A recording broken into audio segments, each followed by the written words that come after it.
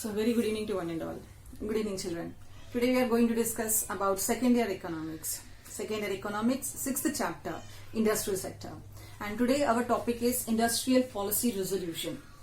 So in this topic we have to discuss, children, about the industrial policy resolution of 1948, 1956 and 1991. As already informed to you, this year Telangana government deleted or reduced all the other industrial policies, 77, 80 and others. Okay, so we have to deal with only three important industrial resolution policies. So let us start first with what is industrial resolution policy with a definition. So about the industrial resolution policy resolution, the definition is, it is a statement of objectives. It is a statement of objectives to be achieved in the areas. Which areas? The areas of industrial development and measures to be adopted towards achieving these objectives. Children, very clearly the definition is stating that there are certain objectives are there that we have to achieve it. In which area we have to achieve those objectives? In the areas of industrial development. These objectives we have to achieve in the areas of industrial development. And to attain these objectives, when it is found that there are certain problems the industries are facing, then to get some measures to overcome from those problems towards the achieving that industrial development. I hope it is clear. So it is a statement of the objective to be achieved in the areas of industrial development and measures to be adopted towards achieving these objectives. So objectives and the measures to achieve these objectives. So industrial policy resolution, actually what are the objectives of industrial policy resolution? So the objectives are rapid industrial development. Yes, this should be the first objective, because as you all know that when we got independence, when we attained independence, India was a very, very backward country with the majority population depends on agriculture. So the objectives were taken under this industrial policy resolution to develop or to improve the conditions of industries. So rapid industrial development. Then followed by balanced industrial structure. Balanced industrial. You know that number of times we find that there will be some imbalances in the industrial structures. Because of that, we find the industrial remain very backward, continuously disputes or one or the other problems. Then followed by prevention of concentration of economic power.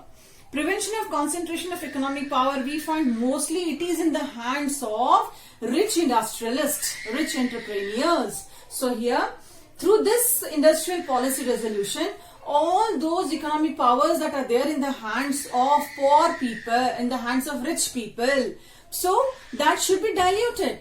So the importance should be given to all those industries also that are under the control of small and cottage scale industries and the medium scale industries. Then balanced regional growth. This is a one important problem, children. It is found that only those areas are developed, there we find highly industrial, areas, highly industries are established, more industries are established. And because of that we find there is an imbalances between one area to the other area. So it is found that through this industrial policy resolution, many industries to be established in all those backward areas to balance those areas like developed areas with the backward areas. So if more industries will be established in these areas, so this will also come to the range of developed one. So all areas will be developed one. So these are the objectives: rapid industrial development, balanced industrial structure, prevention of concentration of economic power, and balanced regional growth. Now, after this introduction, now we have to start one by one, children, all the important industrial policy resolution. So our first policy resolution is industrial policy resolution of 1948. These three resolution, 48, 56 and 91, especially 91 is very important one. So these three we have to discuss. So let us start with the industrial policy resolution of 1948. So now, children, let us discuss about the industrial policy resolution of 1948. Okay, so 6th of April 1948, this policy came into act. This policy was implemented, children. When 6th of April 1948. What is this policy? After the independence, here I wrote for you for the convenience purpose. After 1947, new policy for industrial development to decide priority areas.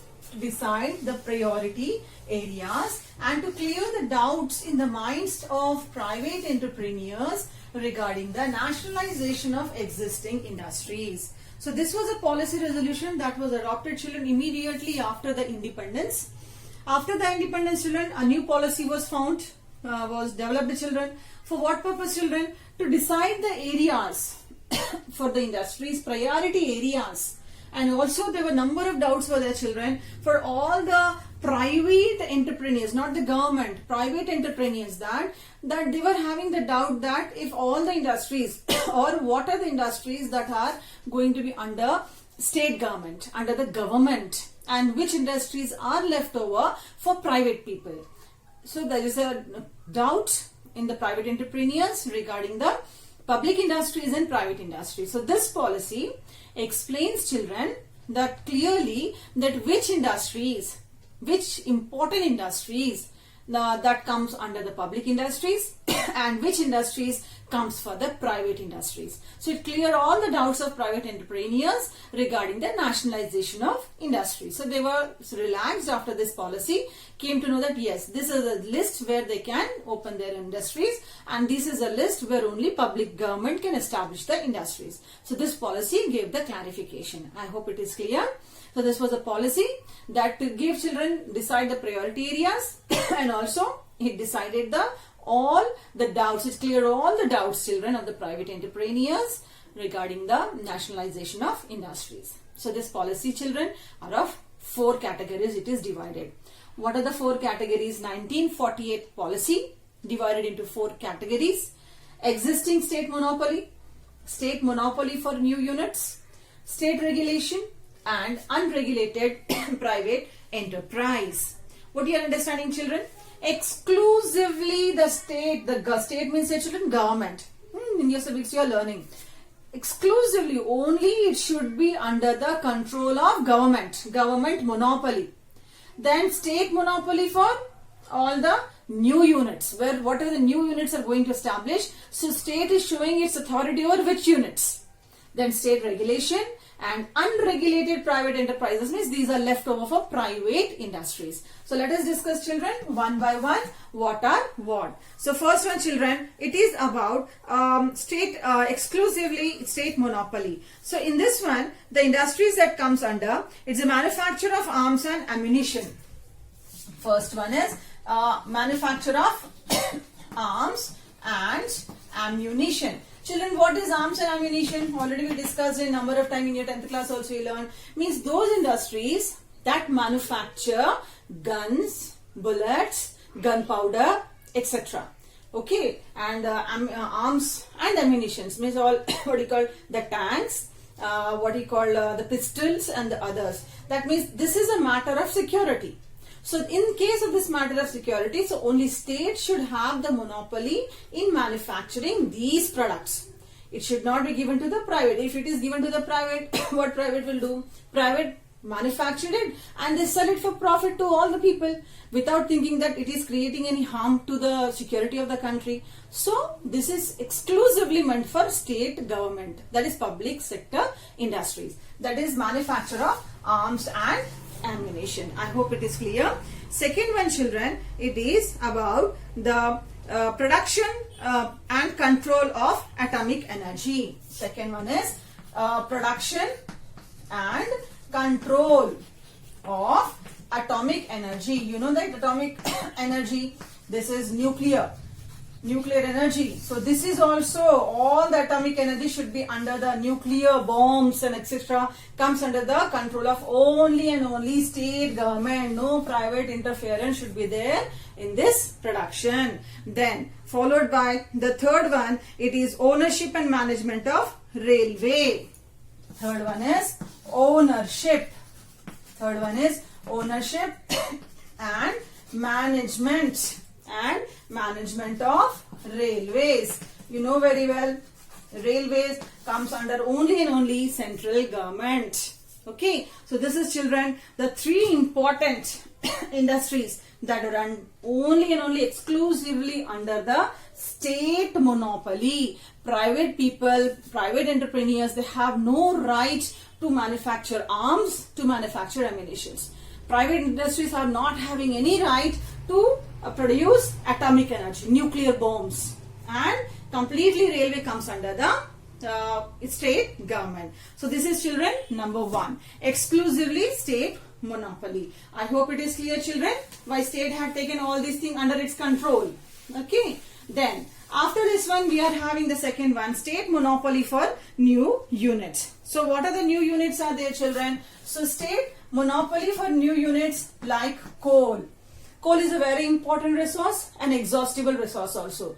So if this exploitation of coal is given, mining of coal is given to the private industries. So private people, they exploit it and they misused it for the sake of profit. But if coal will be there under the control of government, then it will be in the judicious use. Okay, so coal is the number one, that is under the state monopoly, followed by iron and steel industry. Iron and steel industry. So all the iron and steel, those days, 1948, it should be under the control of state government. Then aircraft, all the aeroplanes, aircraft manufacture, it also comes under the state government. This new industry should be under the control of government. Then shipbuilding. Shipbuilding is also under the control of government, only about the government. Then about telephone, you know very well, still 1991 all telephone belongs to government only, that is Bharat Sanchar Nigam Limited, BSNL.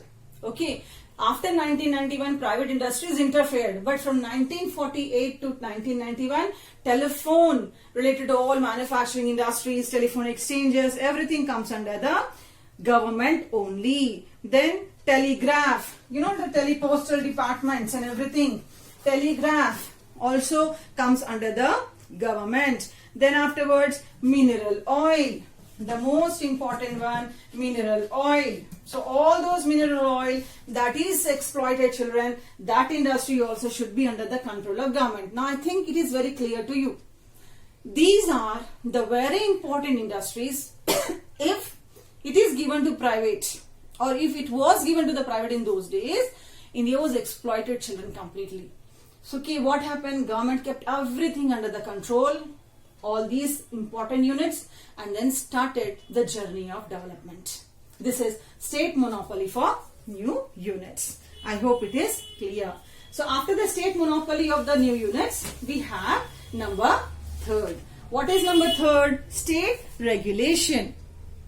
Children, about the third one is state regulations. State regulation means on these industries there are state government, that is government rules and regulations. Laws are meant. So these should be only for the production, only for the development, and not for over exploitation of all the resources. So under the state regulation, under the state government, the government rules and regulations, these basic units were kept, children, that is machine tools, fertilizers, non-ferrous metal, rubber manufacture, cement, paper, and then automobile are the industries that were under the control of state government.